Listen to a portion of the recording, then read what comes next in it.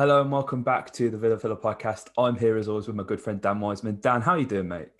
It's good, mate. Good to see you again. First time, in a couple of days. The last podcast went down really well, so thanks to everyone that tuned into our Arsenal review. Something a little bit different today. I mean, obviously, still Villa related. It is the Villa podcast after all. But yes, we don't often touch on the international break, mate. But I always look forward to them, and we got a lot of Villa players being represented out there. We have, and it's been kind of difficult to kind of track and see who is because there's been certain nations that haven't unveiled their squads almost. So it's a bit difficult. So we'll get into that a bit later on. But as you can see, donning the England shirt, we've got to start with England first. And obviously, Jack Grealish, Tyrone Mings. Do you know what? Right, little backstory. We like to digress on this podcast, but it was obviously this is the training top from the 2018 World Cup. And it's based on, I want to say, the 78 shirt. Yeah, you guys can correct me on that in the comments below if I'm wrong. I think it might be. I think this should have ultimately been the kit for that tournament. It's beautiful. And I was going to get it, and it sold out everywhere. And I was like, brilliant. And while the World Cup was on, I was in Orlando on holiday.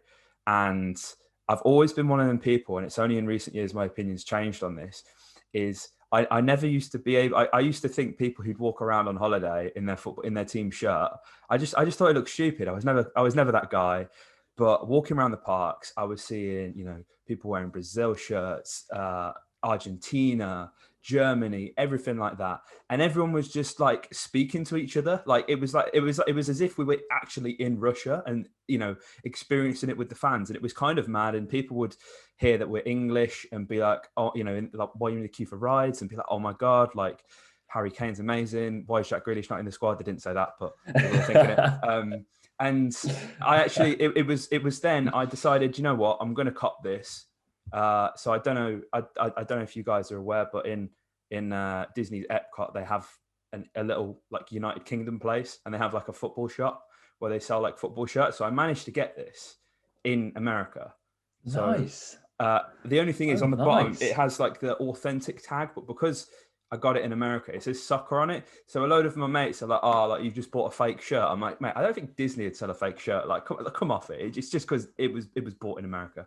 But no, I think that's nice. That real kind of feeling and sense of community, like just walking around, seeing people go crazy when Brazil scored and people are checking for updates and stuff. It was mad. And I think that's what is brilliant about the international break, that often, unless you go to a tournament or you're in an area which is as richly diverse in cultures, then you don't really get that. So that kind of thing gets me excited for international football. Hopefully with the Euros coming up, Dan, we can get that feeling back again, because international football, it's kind of it's difficult to watch, isn't it? At times, England more so than anything. Gareth Southgate makes it very difficult for all of us. So we'll start with England, Dan. Obviously, we've got some very big games, and before we come into it, actually, just thought we'd mention it at the top of the pod. Jude Bellingham's been included in the squad, obviously of former Birmingham City fame, I guess we could say. Interesting inclusion. Ross Barkley not in the squad.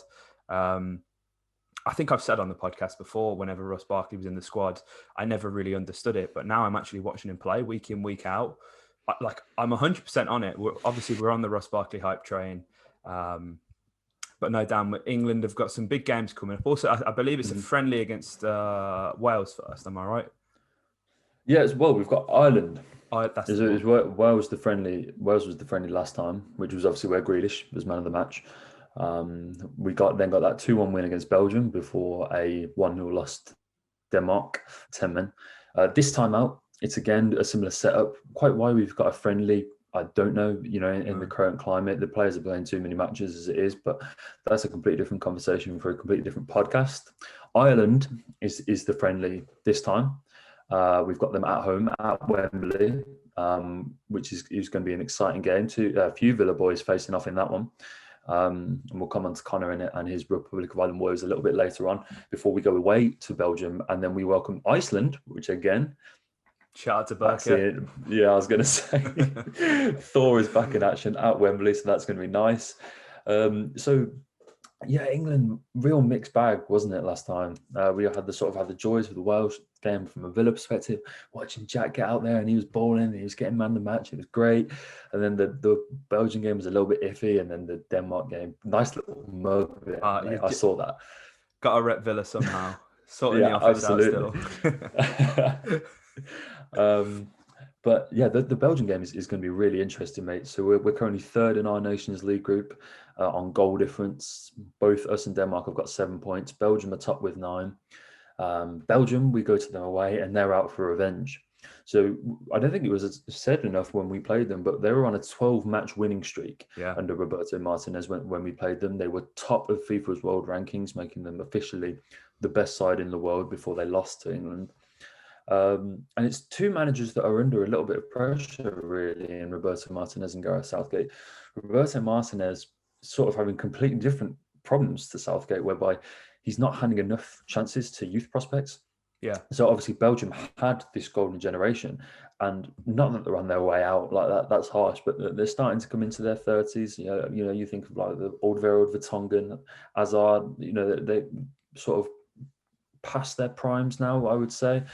There's only 5 players in Belgium's squad that are aged 21 or younger, so it's two managers and that will make for a really interesting game, I'm sure, as those two managers with different problems go head to head. But no, as always, Tyrone is in there, and a big congrats to him. But obviously, the focus is on Jack and how much game time he is or isn't going to get. But you'd think with the performances he's been putting in recently, who scored second highest rated player in the Premier League, you'd think if there was ever an international break that was going to be Jack Grealish's, mate, it might just be this one. You'd hope so. And obviously, what's quite notable about that last game against Belgium, Dan, is Mason Mount scored the winner. And we're at that time again. We're always forced into this narrative of Grealish versus someone. It has to be who is better than Grealish. The media, other fans have to constantly try and pit Jack against everyone. It's been James Maddison. It's been Mason Mount. It's been, I think if you Lionel Messi. If you take it back to the championship, it was him and Hernandez, wasn't it, at Leeds? And so even if you go back as far as then. And even there was another one. It's escaped my mind from now, but there's been so many. People have always felt the need to try and put Villa down, and I think if anything, obviously, as I kind of touched on earlier, the fact that Bellingham's been called up into this squad and James Maddison still can't get in either. I mean, it shows the levels we're talking about here in regards to Grealish. Hopefully he can get the game time. See, I think the friendlies against the home nations, they make sense if you want to play international football in the world's current climate with coronavirus. That makes sense to me. It's the facts that I don't know if you mentioned it just there, Dan. I don't think you did. The fact that there's the potential that England may have to forfeit their game against Denmark if they don't play it in either Albania or Germany, which is very interesting. I'm sure the FA will bend over backwards to make sure that game can get played. But there's been an outbreak of COVID in the Minx in Denmark, and it's mutating, which isn't very good. That's a whole other subject. But there's been a lot of Danish players who haven't been able to travel to meet up with their side. There's, I believe, about 7 players, including the likes of Kasper Schmeichel, Pierre-Emerick Højbjerg from Tottenham, players like that who are playing in the Premier League who haven't been able to travel as part of their squad. So ideally, you don't want to have to forfeit that because they are significantly weakened. But hopefully, we can get over that. And obviously, Republic of Ireland, Dan, Conor Hourihane it's interesting. What a free kick he scored, by the way, in that little training video that we saw from the Republic of Ireland as well. Hourihane is a very divisive player when it comes to Aston Villa fans. And you guys, long-time listeners of the podcast will know Dan and I don't always share the same feelings when it does come towards Conor Hourihane. One thing that you can't deny is that he's probably Ireland's best midfielder option. So for him, he's going to be possibly quite frustrated that he hasn't had the chance to play a bit more regularly for Villa and prove himself, because ultimately that it comes at a price. If you look at the Egypt squad, which we'll touch on later, Elmo isn't in the squad, and he's been their captain for a long period of time. So that just goes to show how much regular football does and should influence on playing for your national team. Yeah, definitely. And Connor does feature often for Ireland. His last international break was a pretty miserable one, not just for Connor, but for the whole squad as a whole.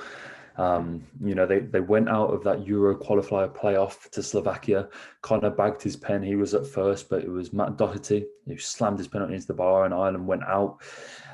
They then drew 0-0 against Wales. 10 men, James McLean got sent off. That was a snooze fest, to be honest with you. But I think it's Absolutely. very hard. Like the fixtures seem the wrong way round. Like surely you'd have the Nations League game first and then the playoff, because if once you go out of that playoff, your motivation to then go and play in the Nations League a few days later is Yeah. all time like that. You just want to get back to your club team and go again in a few months' time. So that to drag yourself back into another game and motivate yourself for a completely different competition when you know you're out of the Euros is tough. So we don't really hold that against them, but know that they come to face England at Wembley before they have Nations League games against Wales. Which is, that's an interesting situation with the whole Ryan Giggs, Rob Page situation, Yeah. as he's in charge there. And then they've got Bulgaria after that. So Ireland, their focus is now on the Nations League. They sit third in their group. And again, it's a sad state of affairs. So they've got a Nations League group of Wales, Finland, and Bulgaria, and they're winless, 2 points from 4 games in that group. Stephen Kenny's in charge. He's only ever managed domestically in Ireland in their own league. I think it's the Airtricity League. He's under pressure big time to get some results in this international break. But what frustrates me with this Republic of Ireland team, Dan, and this is where I'll throw it back to you, is, and it's the same with Scotland, who, to be fair, have a huge game. Probably the biggest game that any Villa player will be involved in is what Scotland have got coming up with John McGinn. But John Egan, Enda Stevens, Connor himself, Jeff Hendrick, Robbie Brady, Matt Doherty, Callum Robinson. There's a really, they're not world beaters, no, but when you compare, like, who are Finland putting out, who are Bulgaria getting out, and it's frustrated that these home nation sides do struggle when they do have a decent talent pool to pick from. Yeah, I mean, listen, I've got a massive soft spot for Ireland because I've got Irish family. So, whenever they're doing well, that's always, it's always a bonus for me. But they do have some very good players, as you've touched on there, Dan. Even someone like Michael Obafembi, obviously doesn't play regularly enough for Southampton, which is probably why he's not in the squad. But an attacking outlet that is as fast as him is always going to help you create more chances. I think Ireland struggle because of one, the size of the nation, and two, if you look at how academy trends and player developments have changed in England, you're seeing a lot more foreign imports come in, from the likes of Spain, Belgium, France, players like that. They're getting in the academies at 15, 16, 17, ages like that. And that isn't really the case for the Irish lads. A lot of them, there's a big history of Irish players at Villa. Obviously, you don't have to look too far back. Paul McGrath, Andy Townsend, players like that were part of a very good Republic of Ireland squad that had relative success for the nation. But then you've just got to look at other clubs where they kind of have come through. There's always been a big sort of Irish heritage with the likes of Liverpool, Manchester United. Your northwestern clubs. But even then, you're still seeing so many foreign talents being developed in their academies, and the talent pool in Ireland is often overlooked. And I think as well, there's a good amount of Irish players that are littered all around the championship. So that goes to show you that the quality of footballers that they can produce aren't that bad, because the championship is a very difficult league to play in. So personally, I'd like for Ireland to be doing a bit better, and hopefully they can get a few wins under their belt.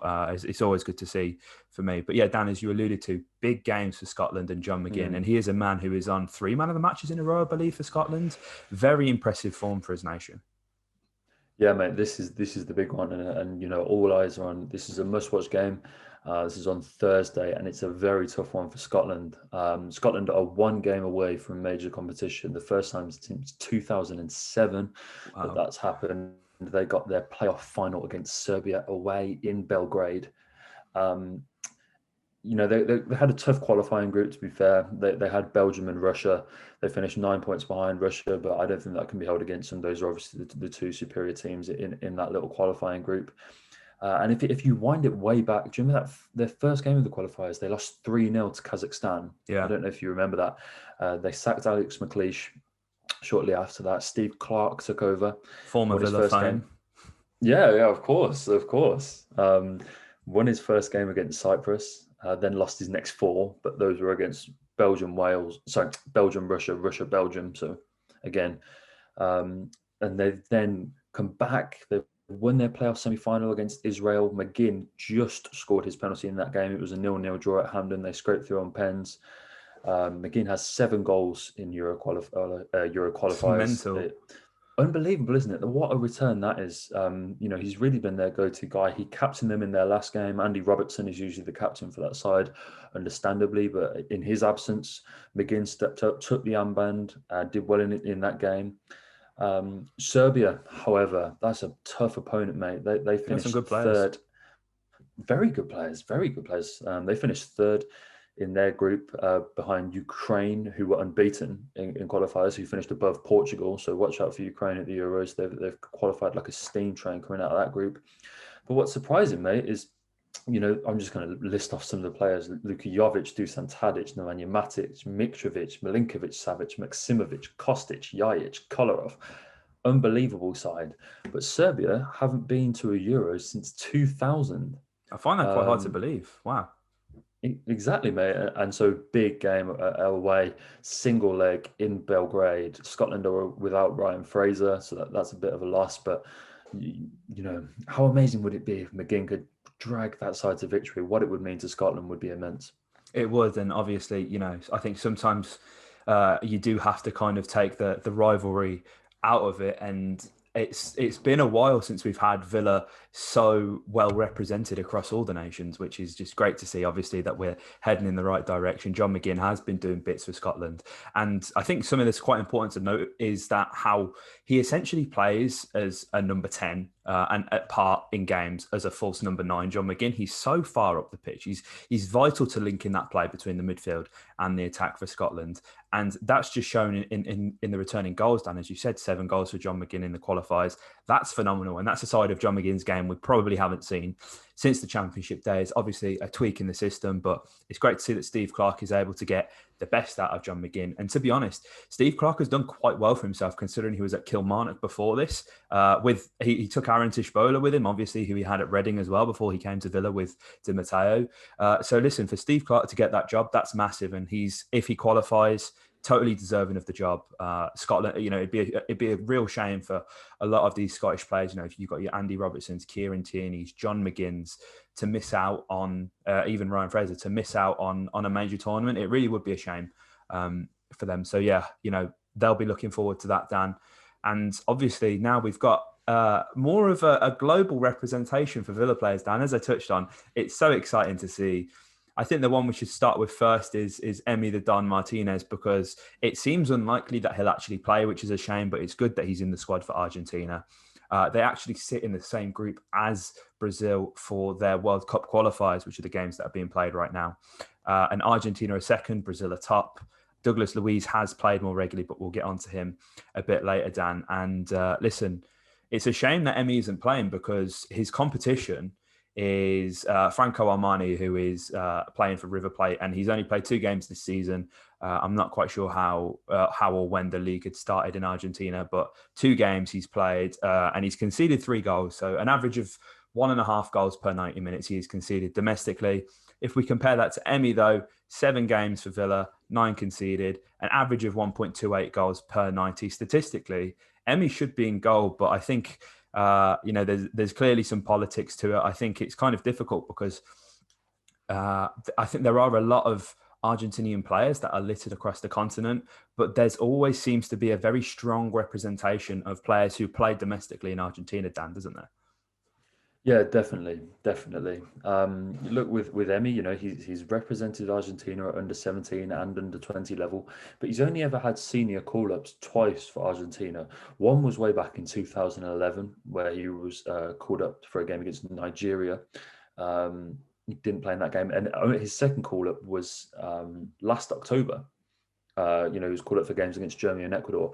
He is still sort of a relatively unknown talent, I suppose, in Argentina, just because of the nature of how he's sort of exploded onto the scene recently in the last few months. And Franco Armani, he's 33. He's a bit more established domestically. So I think that's probably why he's in the frame a little bit more. But, as Emi matures, I'm sure we'll get to see him in the fold, and just be beautiful to see him take to the pitch with Lionel Messi, wouldn't it?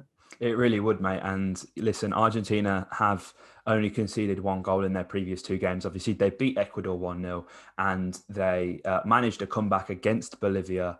They were 1-0 down. They managed to win that 2-1, which can't be understated purely because of the altitude that's played. I think a lot of people look at this thing. Bolivia is a very tough place to go and get results. Now, listen, Brazil steamrolled Bolivia 5-0, but this Brazil side is a bit of a joke, and Argentina have probably consistently underperformed for the past 12 years, considering they've had Lionel Messi as a part of their side.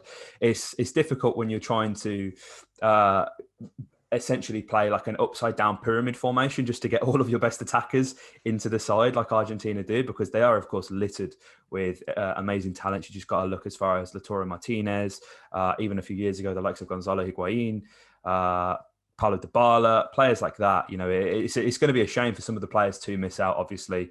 But they've got some big games coming up. Argentina are in fact unbeaten in their previous 9 matches, so that probably does lend itself to Armani staying in between the sticks, as we said, the more seasoned of the two. Wouldn't hurt to give Emi a bit of a go, but their next matches, they've got Paraguay first, which is being played in Buenos Aires, and then they have Peru away in Peru. 2 very big games when it comes to World Cup qualifying, and given Argentina's inconsistencies, they'll be hoping to try and scrape past here and hopefully pit Brazil to that top spot in the group. That's ultimately the goal for them. And going on to Brazil, Dan, obviously our man Dougie Luiz has played the full 90 in his past 2 games. He against Bolivia and Peru, he's featured. They conceded 2 goals over them 2 games and scored 9, which is incredible.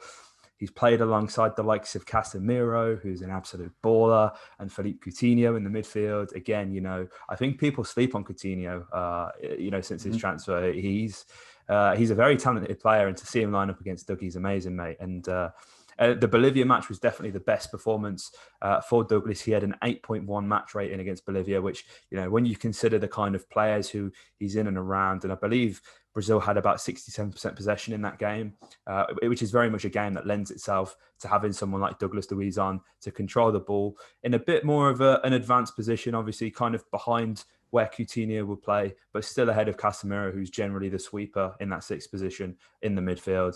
Really good to see Dougie be represented, man. And it's just a matter of time before we get our man Wesley Filler podcast playing back for Brazil, because again, I think we touched on this probably in a podcast around this time last year, Dan, when Wes was called up. There's this there was an outrage really from the Brazilians, wasn't there? Because similar to Argentina, they like their players to have played domestically, and obviously Wes's big break came in Europe, so there was understandably some outrage from the Brazilians. But listen, Wes, Douglas, these guys representing Villa, in World Cup qualifying matches, Dan, it's just amazing, man, because we've not really had that too much in our lifetime supporting Villa. No, absolutely not. And Douglas doesn't have that problem, obviously, with his youth career starting in Vasco da Gama.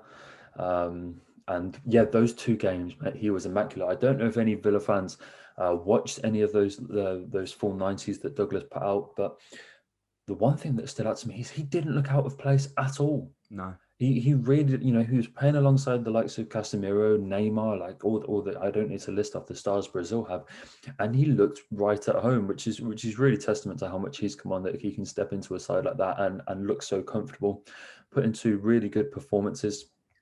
Brazil are undergoing a bit of a change at the moment. Obviously, they've had some real disappointments starting in 2014 in major tournaments.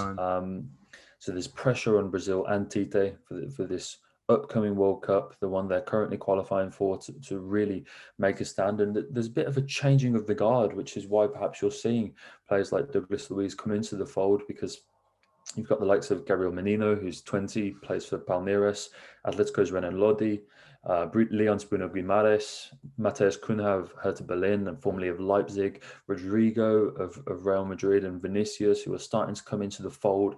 Lodi's taken over from Marcelo, and those are the kind of changes that we're starting to see as Brazil make that transition from the old and into the new.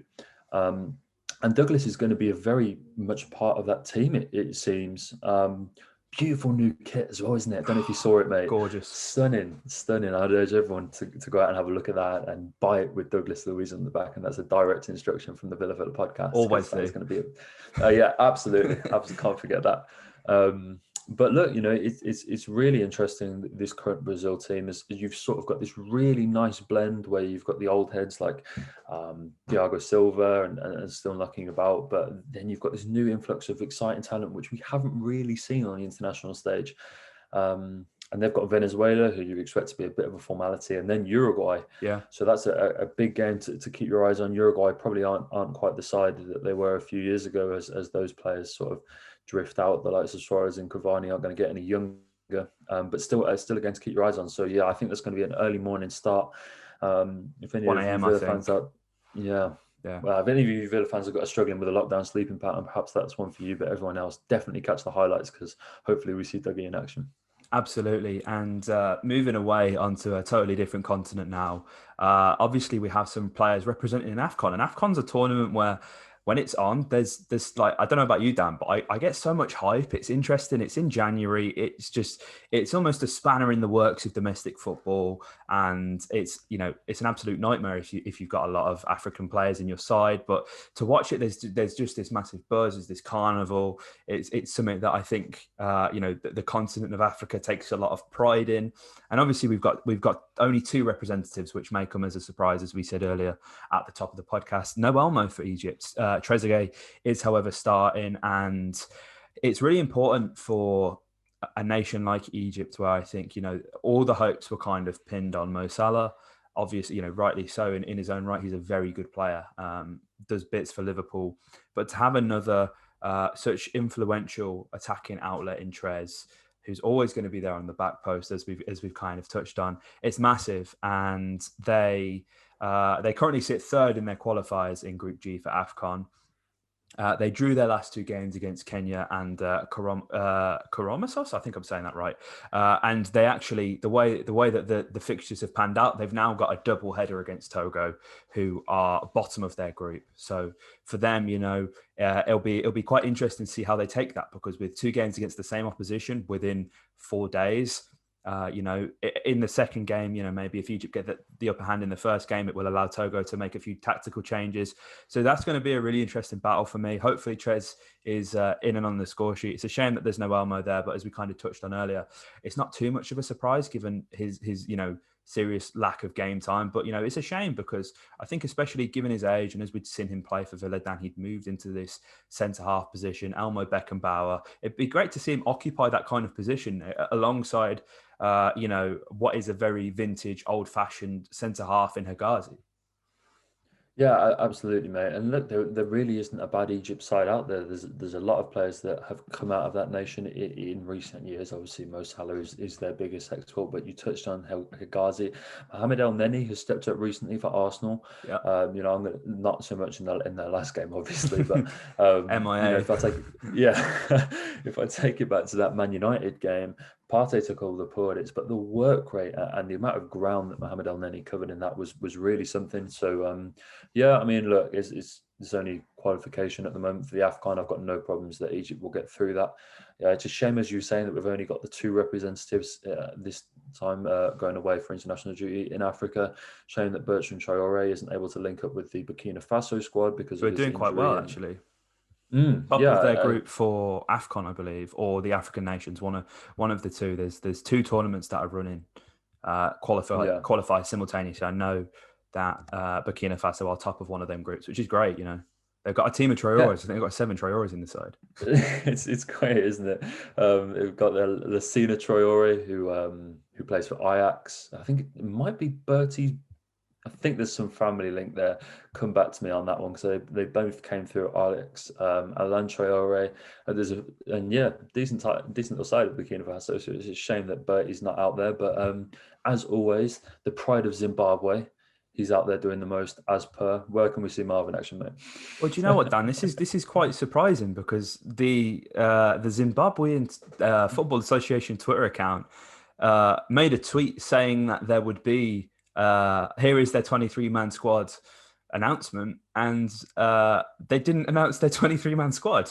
So as of now, as we're recording this, I'm not sure if Marv will be out with Zimbabwe, linking up with them. They only mentioned the 2 or 3 players that were coming in as new faces, and they mentioned an outgoing with an injury, which I can't remember off the top of my head, if I'm being totally honest. But there was no mention of Marv, which is a shame. I'd imagine he's there. I believe he's his captain of Zimbabwe, which is massive. Obviously, representing Zimbabwe in the Premier League, he's doing bits for his nation, which is absolutely amazing. And they have 2 big games down coming up. They face Algeria. They've got a very good side, players like Atal, Mahrez. They've got a very good attacking outlet. Algeria do. So they have them in the African Nations Cup of Nations, sorry, and then they face Cameroon after in their other tournament, which is again going to be a very tough game. Obviously, the likes of Samuel Eto'o, obviously previously playing for Cameroon. I always used to have a soft spot, man. I love Eto'o. I love Cameroon. I love what they're about. Always used to play with them on pairs. I think as well, the African nations, it must be said, have phenomenal kits.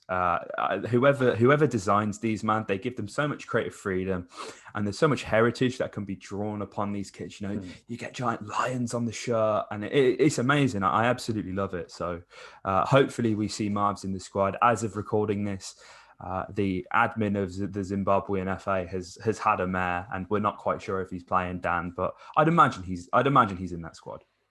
You'd like to think so, mate. And, last point on the Zimbabwean national team. Probably your only podcast this week covering the Zimbabwean football team. So, Filler coming through you again with the goods. I'm just going to touch on some of my favourite names in the Zimbabwean football team because it is a gold mine. Number 1 is obviously Marvelous Nakamba. Marvelous Makamba. He almost was. You've got Knowledge Musonda, which is absolutely brilliant. Love that one. Teenage Hadebe. Again, that's amazing. Elvis, you've got an Elvis in there, but what I like is there's another King as well. But what I like is how they've balanced that with your run of the mill. You've got an Ian, you've got a Cliff, you've got a Terence and a Clive. So I like how you've gone from one extreme. You've got an Admiral in there as well, Admiral Musque. Wow! So I love. There's a real.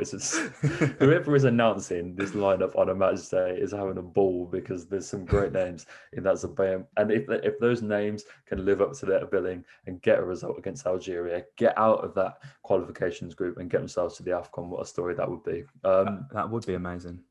I think one thing we need to do, mate, and we need to state this on the podcast, is that I want to grow this podcast to the point where you and I can take a trip to the village in Zimbabwe, where they have the statue of Marvelous Nakamba. I feel that's we need to see this. And we need to see the Ghana Lions as well. While we're on the subject of Villa in Africa doing bits, the Ghana Lions, man, they're amazing. And so there's a nice little joint trip. So yeah, you guys keep subscribing, keep liking the content, and hopefully, what a video that would be, mate. There's a vlog there and a half. Oh, absolutely, mate. This has got to happen now. I'm going to start planning this in my head. I've got a shot list going. This is amazing. Wow. That's do you know what? That's a great note to end the podcast on.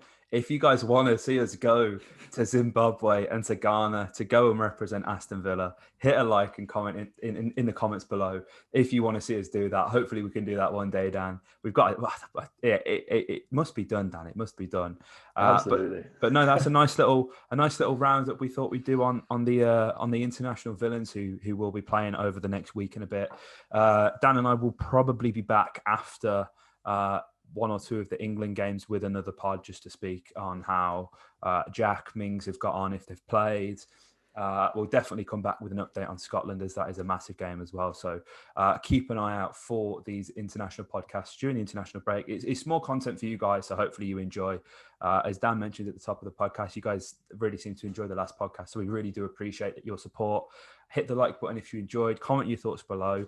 Are Scotland going to qualify? Will Jack Grealish play for England? Do you want us to go to Zimbabwe? Let us know in the comments below, and subscribe for more content, because I think it's going to have to be a subscriber goal that gets us to Zimbabwe, Dan. So definitely, if you guys want us to go to Zimbabwe, please do leave a like, comment, subscribe, and up the Villa. Just as essential to fulfilling this got potential. It's the main man, a hero. He's the main leader of the gang.